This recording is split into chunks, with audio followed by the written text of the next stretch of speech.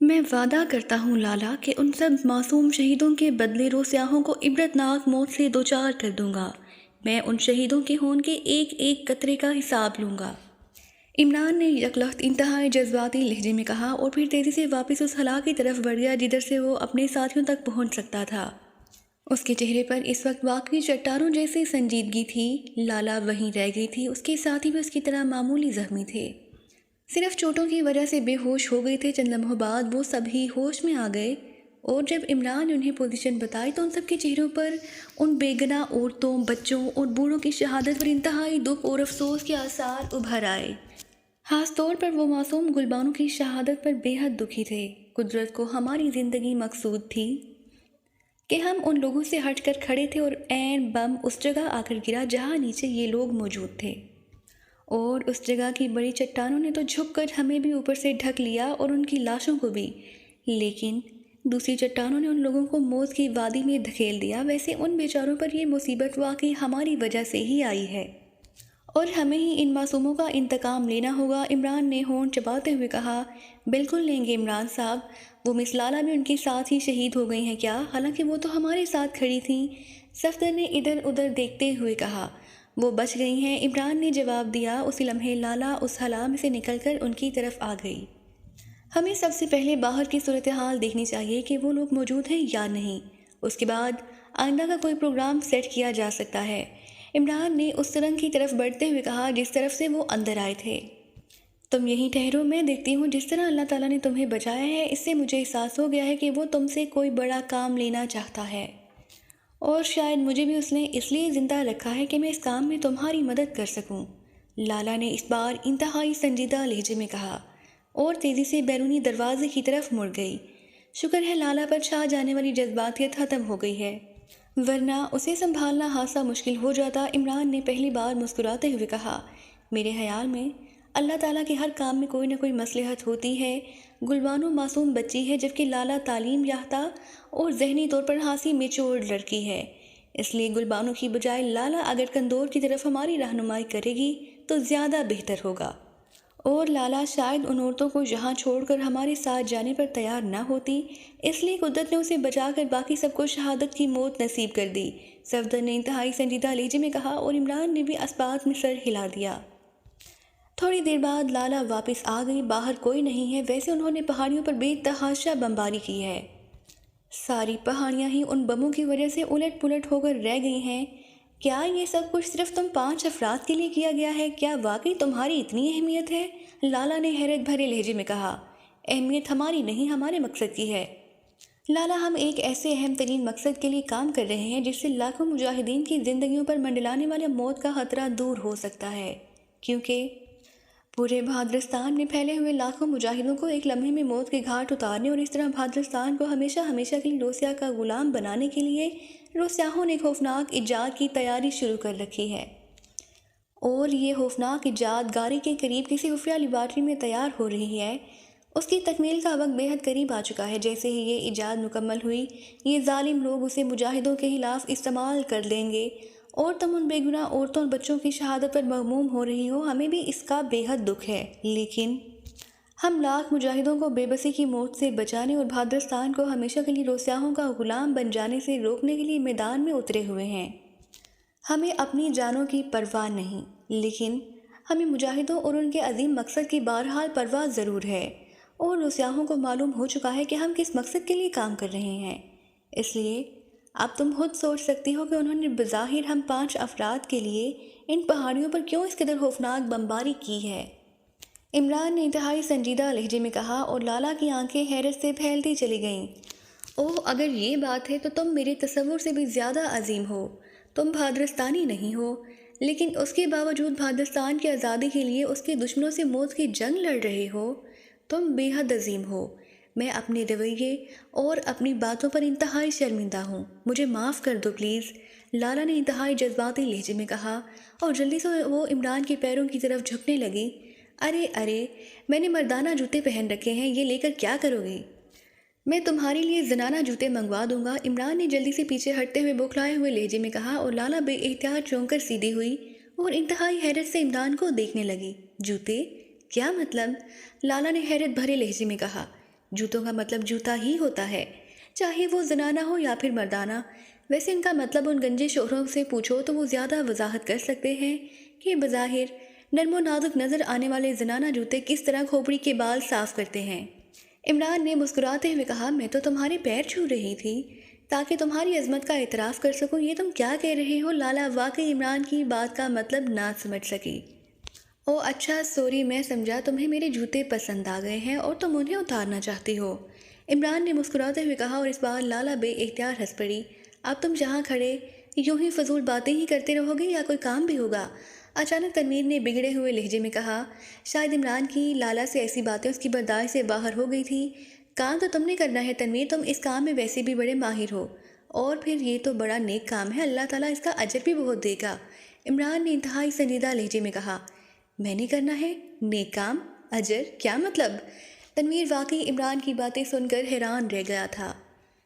شہیدوں کو دفنانے کا کام اب ہم شہیدوں کو دفنائے بغیر تو نہیں جا سکتے۔ عمران نے اسی طرح سنجیدہ لہجے میں جواب دیا۔ او تو مسٹر تنویر گورکن ہے، مگر لالا نے حیران ہو کر کہا۔ میں دشمنوں کی قبریں کھودتا ہوں مس لالا، دوستوں کی نہیں۔ ان کا ماہر عمران ہے، تنویر نے بری طرح بھنائے ہوئے لہجے میں کہا اور عمران بے اختیار ہنس پڑا۔ چلو تم نے تسلیم تو کر لیا کہ تم گورکن ہو، باقی رہے دوست دشمن تو لاشیں بہرحال لاشیں ہی ہوتی ہیں، دوستوں کی ہوں یا دشمنوں کی۔ عمران نے مسکراتے ہوئے کہا اور تنویر ظاہر ہے کیا جواب دیتا وہ ہونٹ بھینچے خاموش ہو گیا۔ عمران صاحب، اگر واقعی یہ کام کرنا ہے تو پھر اسے فوراً شروع کر دینا چاہیے، شام ہونے والی ہے اور رات کو ظاہر ہے یہ کام آسانی سے نہ ہو سکے گا۔ لیکن جہاں پہاڑیوں میں قبر کس طرح کھودی جائے؟ صفدر نے انتہائی سنجیدہ لہجے میں کہا۔ کچھ زیادہ تردد کی ضرورت نہیں ہے صفدر، ہم مل کر انہیں ترچھی گری ہوئی چٹانوں کو زور لگا کر ان کے اوپر اس طرح ڈال دیں گے کہ دیکھو یہ مکمل طور پر ڈھک جائیں۔ آؤ میرے ساتھ، یہ کام باہر سے کرنا ہوگا، عمران نے سنجیدہ لہجے میں کہا اور پھر وہ سب باہر کی طرف چل پڑے۔ اور پھر واقعی 1.5 گھنٹے کی محنت کے بعد وہ ان چٹانوں کو کھسکا کر ان کے نیچے موجود شہیدوں کو ایک لحاظ سے دفن کر دینے میں کامیاب ہو ہی گئے۔ لیکن ظاہر ہے ایسا کرتے وقت ان سب کے دل شدید غم سے بری طرح بوجھل ہو رہے تھے۔ لالا ایک طرف خاموش بت بنی بیٹھی ہوئی تھی، انہیں کام کرتے دیکھ رہی تھی۔ اس کا چہرہ ارد گرد پھیلی ہوئی چٹانوں کی طرح سپاٹ نظر آ رہا تھا۔ شام پڑ چکی تھی، اس لیے وہ سب وہیں باہر ہی ایک مستی چٹان پر بیٹھ گئے۔ میں تمہارے لیے جا کر پھل لے آؤں؟ یہ پانی تو جہاں قریب ہی موجود ہے، لالا نے ایک طویل سانس لے کر کراہتے ہوئے کہا۔ ٹھہرو، ہم سب چلتے ہیں ساتھ، عمران نے کہا اور پھر لالا کے ساتھ چلتے ہوئے اس پہاڑی پر پہنچ گئے جہاں ان پھلوں کی جھاڑیاں واقعی کثرت سے موجود تھیں۔ عمران کے کہنے پر کافی بڑی تعداد میں پھل توڑ لیے گئے اور پھر واپس آ کر انہوں نے یہ کیلے ذائقے والے پھل کھائے اور چشمے سے پانی پینے کے بعد وہ دوبارہ اطمینان سے بیٹھ گئے۔ اب تم بتاؤ لالا، تم اس کام میں ہماری کیا مدد کر سکتی ہو؟ ہمیں ہر صورت میں اس لیبارٹری تک پہنچنا ہے اور اس کے لیے ہمیں پہلے گاری جانا ہوگا، عمران کے انتہائی سنجیدہ لہجے میں کہا۔ میں تو ظاہر ہے اب یہاں اکیلی نہیں رہ سکتی، اس لیے مجھے تو اب ہر صورت میں تمہارے ساتھ رہنا ہے، لیکن گاری یا کندور یا کوئی اور کھلی آبادی تو ہماری دشمن ہے، وہاں تو سب روسیاہی جاسوس اور محبر رہتے ہیں، لالا نے ہونٹ چباتے ہوئے کہا۔ کیا تم ہمیں ان حکیم صاحب تک پہنچا سکتی ہو جو کندور میں رہتے ہیں اور جن کا پورا خاندان بقول تمہاری شہید کر دیا گیا ہے؟ عمران نے کہا۔ او بابا حکیم، ہاں اگر وہاں بھی تو، لالا نے ہچکچاتے ہوئے کچھ کہنا چاہا۔ تو پھر چلو، ہمارے پاس وقت بے حد کم ہے، عمران نے اٹھتے ہوئے کہا۔ اب رات پڑنے والی ہے، اب تو ان پہاڑیوں کا سفر ناممکن ہے، ہم صبح کسی بھی گہری کھائی میں گر کر ہلاک ہو سکتے ہیں، البتہ صبح ہوتے ہی ہم چل پڑیں گے۔ بابا حکیم تک تو میں تمہیں پہنچا دوں گی، لیکن یہ بتا دوں کہ کندور میں ہمارا کوئی دوست نہیں ملے گا، لالا نے کہا۔ تو تم ہمیں وہاں تک پہنچا دو، پھر جو ہوگا دیکھا جائے گا، عمران نے فیصلہ کن لہجے میں کہا اور لالا نے اسبات میں سر ہلا دیا۔ میجر کاف نے گاری کی ایک اونچی پہاڑی چوٹی پر بنی ہوئی عمارت کو اپنے ہیڈ کوارٹر کے طور پر پسند کیا تھا اور پھر اس نے اس عمارت میں باقاعدہ ہیڈ کوارٹر قائم کر لیا۔ وہ اپنے ساتھ میں انتہائی ہوشیار اور تیز رار لاسو ایجنٹ بھی لایا تھا اور ان بیس ایجنٹوں کو اس نے گاری کے مختلف اہم ترین چیکنگ سینٹر پر تعینات کر دیا تھا۔ ہر لاسو ایجنٹ کے پاس اسپیشل ٹرانسمیٹر تھا تاکہ وہ کسی بھی وقت مینیجر کاف کو رپورٹ دے سکے۔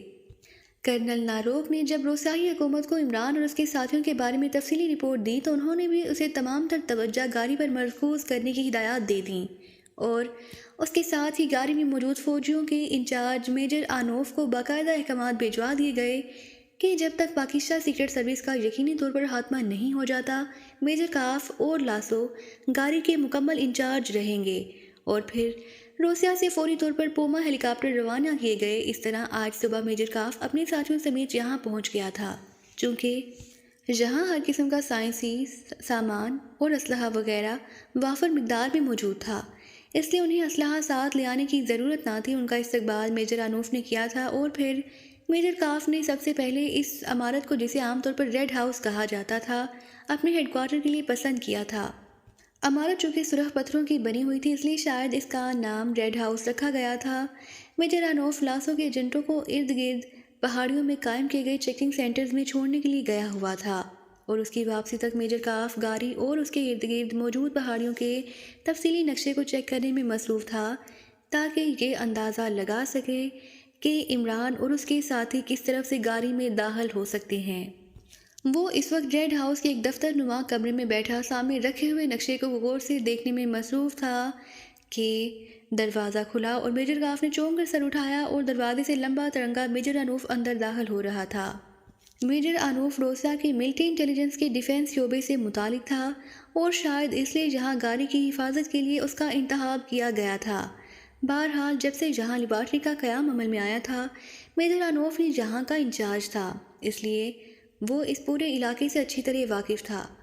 کیا دیکھ رہے ہیں نقشے میں میجر؟ میجر انوف نے مسکراتے ہوئے بے تکلفانہ لہجے میں کہا۔ میجر انوف، تمہیں معلوم ہے کہ ہم لوگ یہاں کیوں آئے ہیں؟ میجر کاف نے انتہائی سنجیدہ لہجے میں کہا۔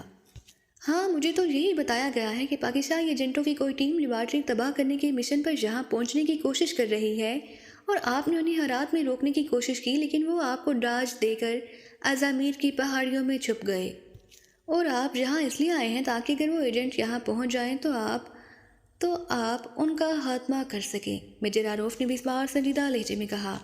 تمہاری بات درست ہے میجر، میں یہ نقشہ اس لیے دیکھ رہا تھا تاکہ یہ اندازہ لگا سکوں کہ عمران اور اس کے ساتھی کس اور راستے سے گاڑی میں پہنچنے میں کامیاب ہو سکتے ہیں، میجر کاف نے جواب دیا، اور میجر کاف بے اختیار ہنس پڑا۔ آپ بھی کمال کرتے ہیں میجر، آپ خود تو خصوصی ہیلی کاپٹر پوما کے ذریعے ہرات سے جہاں پہنچے ہیں، عام ہیلی کاپٹر بھی یہاں نہیں پہنچ سکتا، اور یہ لوگ بغیر کسی ہیلی کاپٹر کے یہاں پہنچ جائیں گے۔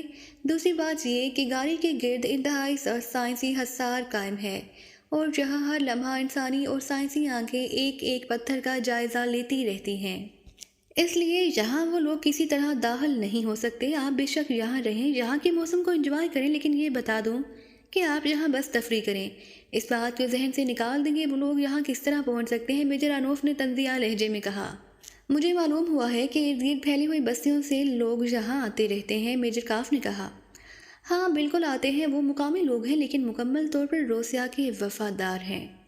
دوسری بات یہ کہ یہ ساری بستیاں سائنسی حصار سے اوپر ہیں، اس لیے نہ ہی کوئی غیر آدمی ان بستیوں میں داخل ہو سکتا ہے، اور یہ لوگ ہماری اجازت کے بغیر نیچے جا کر کسی سے مل سکتے ہیں۔ اس لیے اگر آپ یہ سوچ رہے ہیں کہ وہ ایجنٹ، کیا نام بتایا تھا آپ نے؟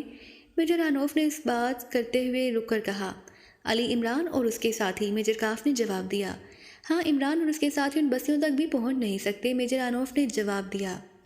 ایک بات بتاؤ، ہمیں تو یہاں آنے کے لیے پوما ہیلی کاپٹر استعمال کرنے پڑتے ہیں، اور عام ہیلی کاپٹر بھی یہاں نہیں پہنچ سکتے، لیکن یہ مقامی لوگ نیچے سے اوپر کس طرح پہنچ جاتے ہیں؟ جبکہ پہلے یہ لوگ مخصوص ہچروں پر سفر کرتے تھے، مگر اب وہ ہچر بھی روسیاہوں کے قبضے میں ہے، میجر کاف نے پوچھا۔ وہ آپ کی بات درست ہے، یہ مقامی لوگ واقعی گاڑی تو کیا، اس سے بھی زیادہ اونچائی تک پہنچ جاتے ہیں، لیکن ہچروں کے بغیر یہ انتہائی محنت طلب کام ہے۔ اس کے لیے یہ صدیوں سے استعمال ہونے والی ایک مقامی ترکیب استعمال کرتے ہیں، اسے لاشو کہا جاتا ہے۔ 4 لٹھوں کے گرد بہت لمبی اور مضبوط رسی اس طرح باندھی جاتی ہے کہ ایک لٹو اس کے سرے پر ہوتا ہے، جبکہ 3 لٹو اس کے دوسرے سرے پر۔ یہ لٹو بے حد وزنی اور طاقتور ہوتا ہے۔ یہ لوگ اس رسی کو کمند کی طرح گھما کر پہاڑی کی چوٹی پر پھینکتے ہیں، جہاں یہ لٹو پھنس جاتا ہے، رسی ڈبل ہو جاتی ہے۔ 2 لٹو یہ اپنی کمر سے مخصوص انداز میں باندھ لیتے ہیں، جبکہ ایک لٹو ان کے ہاتھ میں ہوتا ہے۔ اس ہاتھ والے لٹو پر اوپر والے لٹو سے نکل کر آنے والی رسی کا بوجھ ہوتا ہے۔ جیسے ہی یہ لٹو کو مخصوص انداز میں حرکت دیتے ہیں، چاروں لٹوؤں کے گرد بندھی ہوئی وہ ڈبل سی رسی ایک زوردار جھٹکے سے تیزی سے پھیلتی ہے، اور اس رسی سے بندھا ہوا آدمی اچھل کر 15-20 فٹ اوپر چلا جاتا ہے۔